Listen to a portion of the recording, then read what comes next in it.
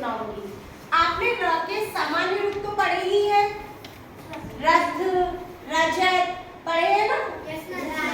हाँ, राजा। तो इस तरीके से फिर देखिए अब और मात्राएं भी पढ़ी हैं। मात्राएं सभी वर्णों के नीचे, दाएं, बाएं, ऊपर लगती है, र के भी लगती है ना? पर क्या र पर आप बताओगे कौन सी मात्रा है जो र के नीचे नहीं लगती है? मात्रा बोला है मैंने, मात्रा। हाँ, उ और ऊ, या उ और ऊ की मात्रा र के नीचे नहीं लगती, पता है ना? हाँ, शाबाश।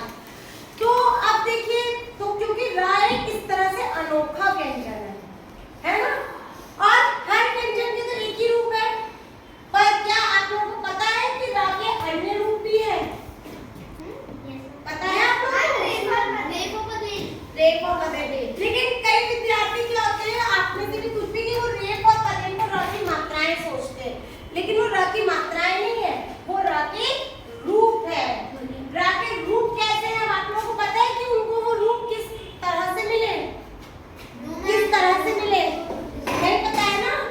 चलो अच्छा, इधर आओ जरा भव्या, इधर आओ जरा, मुझे एक पैर पर खड़े होकर बताओ। नहीं, पैर सहारा मत करो, सहारा मत लगाओ, ऐसे करो, ऐसे।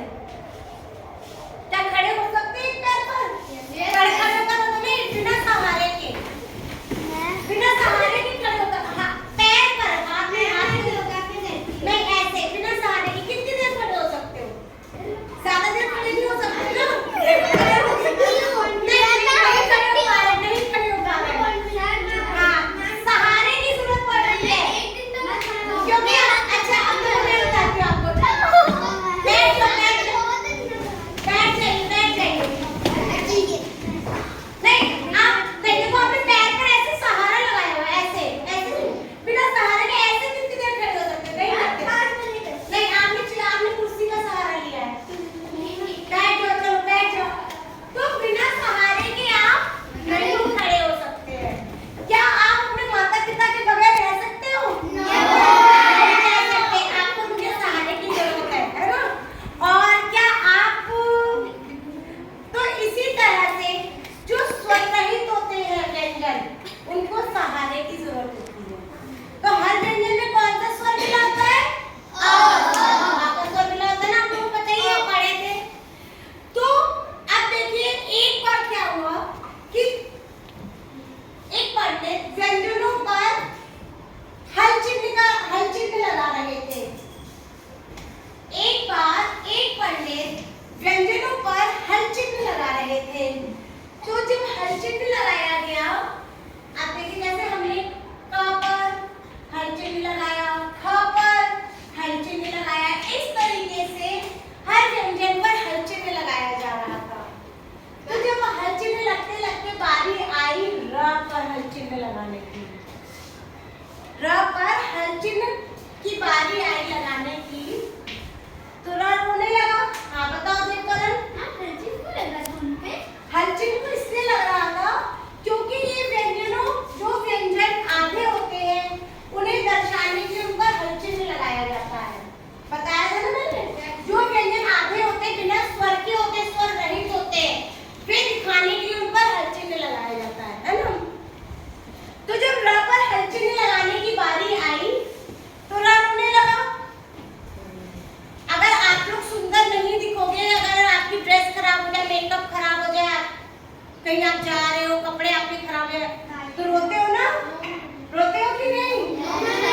नहीं रोते? नहीं, अगर आपके कपड़े खराब हो गए, आप सुंदर नहीं दिखोगे, आप अच्छी तरह से जा रहे हो, कहीं गिर जाओ, कपड़े खराब हो जाए, तो रोना शुरू कर दोगे? अच्छा ठीक है। तो इस तरीके से क्या हुआ, हर कोई सुंदर दिखना चाहता है। मम्मी आप लोगों को सुबह स्कूल भेजते, तैयार करके सुंदर सुंदर बनाकर भेजती है ना?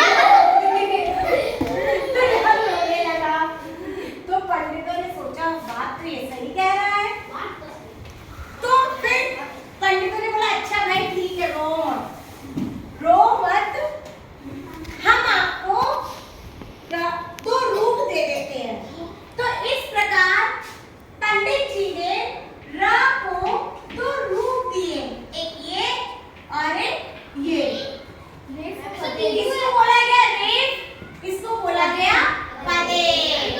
अब देखिए, हाँ वही मैं बता रही हूँ तीन कैसे बने, ये देखिए।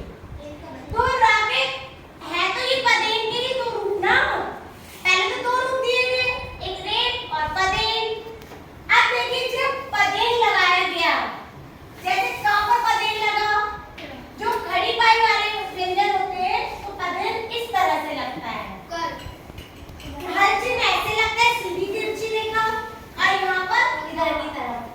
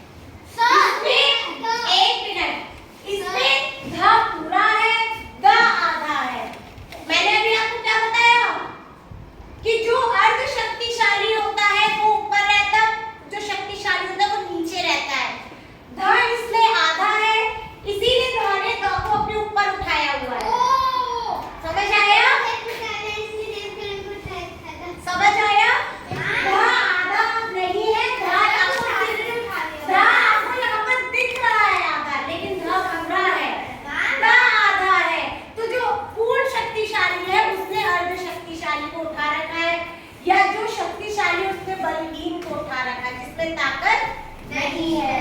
इसको हम दो